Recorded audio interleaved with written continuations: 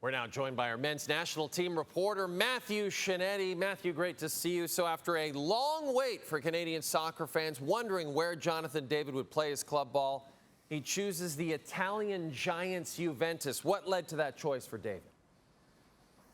Well, the one thing about Juventus, Jay, is if you don't know the team, it's pretty much like Jonathan David just signed for the New York Yankees, the Toronto Maple Leafs, and the Montreal Canadiens. And I want to point to actually Jonathan David's goal celebration. He does a lot of this, and he cups his ear.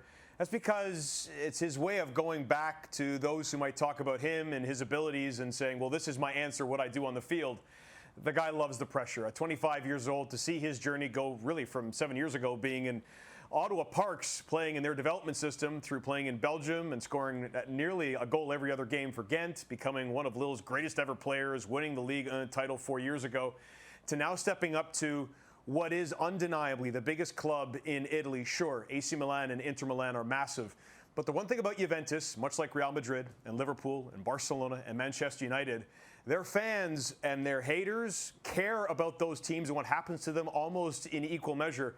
But also with that comes the scrutiny that I've been hearing for especially the last 10 days that Jonathan David has made this decision. He wants that pressure. He wants to be the guy, irrespective of the fact that Juventus has all of those titles, the Serie A's and the Coppa Italias. They haven't won the Italian league title in 5 years. Jonathan David is ready to be the guy to lead them to a Serie A title. You alluded to it, Matthew. He was terrific for Lille. He was a main option for Lille. Now you go to Juventus. That's different than Lille. That's a whole other ball game. Does he expect to get the same opportunities, the same amount of playing time, the same focus?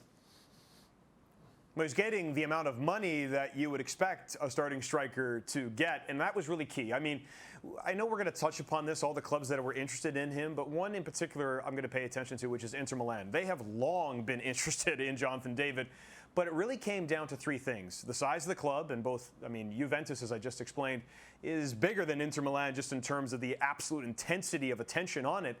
But they are similar in terms of their trophy ambitions. Inter Milan has won a bunch of trophies over the last few years. But it really, the salary didn't match up where Jonathan David and those close to him wanted it to be versus what Inter Milan were going to offer them. So Juventus came in. They're going to pay him like a starting striker. He is going to start as a striker. He's going to lead that attack. So beyond just the ambitions of the club and, you know, wearing the black and the white, they call it the old lady in Turin. That's where Juve is based. That's what Jonathan David wanted because he's going to start for Juventus. You said it. There were numerous clubs interested in him. How many clubs exactly did this come down to, Matthew? Well, over the last 5 years, I've had a lot of discussions about this, especially when Jonathan David, as I said, won the Liga title for Lille. There were so many clubs, it was the Arsenals, the Liverpools, that were interested. But when it really came down to the nitty-gritty, it was Aston Villa, it was West Ham United, it was Tottenham, it was Atletico Madrid, Inter Milan, as I've already mentioned, and Napoli. Those were the teams that were seriously interested in Jonathan David. And I talk about Inter Milan just in that last answer. Napoli were very, very interested in bringing him to the south coast of Italy, and Napoli just won the Serie A title. But ultimately, he chooses Juventus, and that's going to be massive when he has his medical on Friday and then is announced this weekend. I'm not sure that anyone can really answer this question, but I'm going to ask you anyway. In the grand scheme of things, bigger move, Alphonso Davies going to Bayern Munich or Jonathan David going to Juventus? I think you alluded to it right there. It's a very difficult question to answer because they're two different situations. Alphonso Davies went to Bayern Munich as an 18-year-old and, yes, had to step up almost immediately and really prove himself at that level, especially being a Canadian. Definitely you can call him a trailblazer for going to a club that size, being the age that he was, around 17, 18. Jonathan David is different. Jonathan David is going to be a striker for one of the biggest clubs, not only the biggest club in Italy, but one of the biggest clubs in European soccer.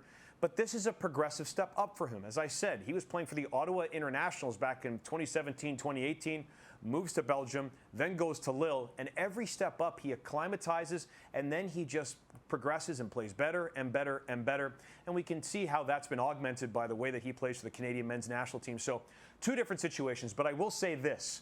The pressure will be different on Jonathan David versus Alphonso Davies. There's a lot of pressure on Alphonso Davies. He just signed a massive new contract.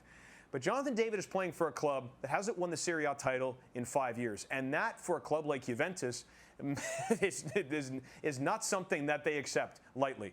And there will be a lot of pressure on Jonathan David because his job is to score goals. Alphonso Davies' job is to work within Bayern's system. He has the speed, has the technical ability, and the tactical ability, but there'll be so much more focus on Jonathan David because the ball will be in his feet, and his job is to put it in the back of the net. Well, after the disappointment of the weekend for Canadian men's soccer, a little positive news the day after Canada Day. It's a wonderful thing. This is our own Matthew Scianitti.